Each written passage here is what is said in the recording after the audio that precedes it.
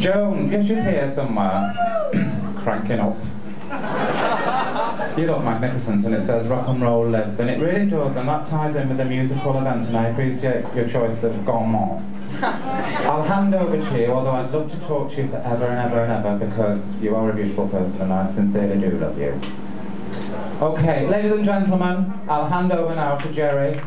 I love you. We're having poetry, we're having music, we're having humour, we're having murder, nativity, and the killing of the infants. That will happen later.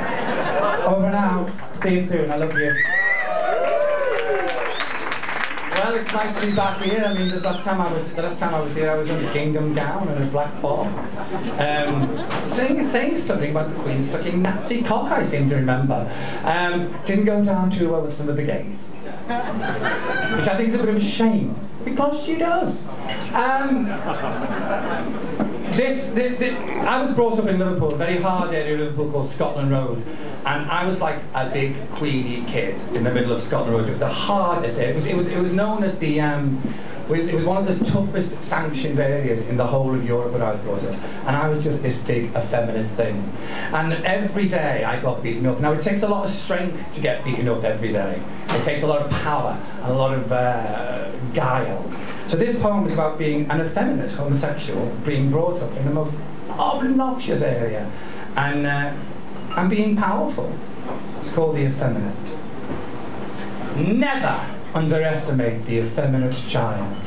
He is wise and wild beyond his years. His tears embroider a tapestry of survival. They mark the arrival of his ever-evolving, ever-loving identity. The effeminate is a fire breather with little boys drag on, a water carrier carrying a pitcher, a flagon containing gallons of experience and reserve, a reservoir of pain and joie de vivre. If the effeminate is as bold as brass, then he sure as hell will make it shine. The effeminate embraces and tastes the grapes of wrath, the sweetest wine, is always 2 steps ahead while seeming to lag behind, and can suddenly scissor kick into quick step the intricacies of his incisor mind and leave you blinded and reminded, never underestimate the effeminate. If he were a fish, he'd be a deep-sea anomaly, a paradoxical mix of viscousness and solidity, a shape-shifting mass of undulating validity. So with friends like this, who needs an enemy? The effeminate exists on many levels. He's more than at home with the angels and devils of his ever-complex ideology.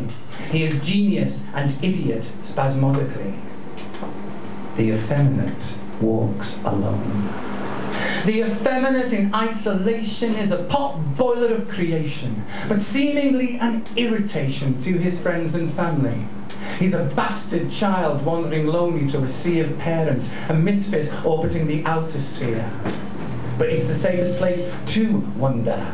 It's where you can't hear your father or mother call you queer. You're just not quite right. Never your father's son nor mother's pride. I imagine that's why some effeminates find themselves contemplating or even committing suicide. These are dark places without glitter, where the bitter and unjust meet and joust for supremacy. It's a necromancy of thought which plagues and ages. It is the dog-eared pages of a book you never wanted to read, a desire you never wanted to need, the weed you never wanted to seed. But the effeminate is more than a gardening analogy, more than a whimsical parody of sitcom inaccuracy and vulgar interpretation. He stands outrageously somewhere between form and inspiration. He can be acetylene in his intensity, ridiculous in his propensity as he claims his wildest imaginings. The effeminate constructed the most intricate ballet out of his silliest dillies and dallyings, a marrying of wit and movement. Something he would consider an improvement on the real men surrounding. Real men who denied him his courage, real men who had the audacity to claim he was not like them, that he was flimsy dross, candy floss, Diana Ross, next to their hard-nosed granite stone. But the effeminate knows that some real men also find it hard to stand alone, overbearingly hard, especially in public toilets.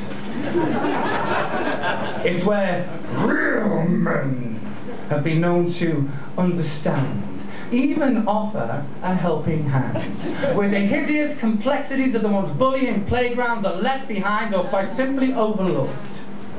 Can you imagine the power this effeminate found when he realized some real men just love to be fucked in these temples of convenience, piss-smelly cathedrals of hush-toned obedience and damp marble spiral stairs, where real men kneel and find the answers to their wet-knee, piss-smelly prayers.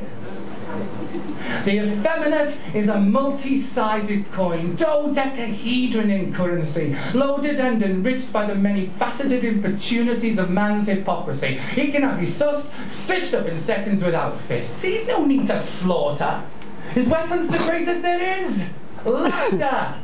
It occasionally kept him safe from the violence at school. But be careful, it is dangerous to assume the effeminate a fool. The effeminate is not degenerate, although it is being debated. To him, all reality is precious, especially if his just happens to have been negated. Yet, the showman so often appears elated, hilarious, while at the same time tiptoeing precarious through the fragmented crystalline world of the introspective. He is detective, unraveling, cat's-cradling, disabling the lies and alibis of the human condition. His position is crystal unclear. It's what gives him his unerring vision and makes his inaccuracies hit bullseye.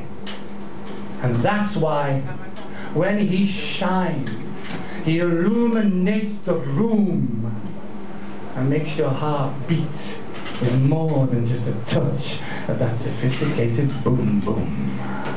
Boom boom, boom boom, boom boom, bang. The aging effeminate lets his experience hang on what he hopes is his ever-youthful face. But avoiding the years is a race deep inside he knows even he can't win. So be prepared for him to cheat a little if running that particular mile. But then, after all he's been through, surely the effeminate allowed just a little denial. And though he may be devastated by the onslaught of wrinkles, no amount of aging could disguise from his eyes the multitude of twinkles, a glittering, star-bursting mosaic. So be prepared for the effeminate to portray, and say it like it is. He knows his crazy business, his odd agenda. It's almost a sacred knowledge. It allows the true effeminate to transcend gender. So remember, remember, remember. Never underestimate the effeminate child, for his eyes are wise and wild. Thank you.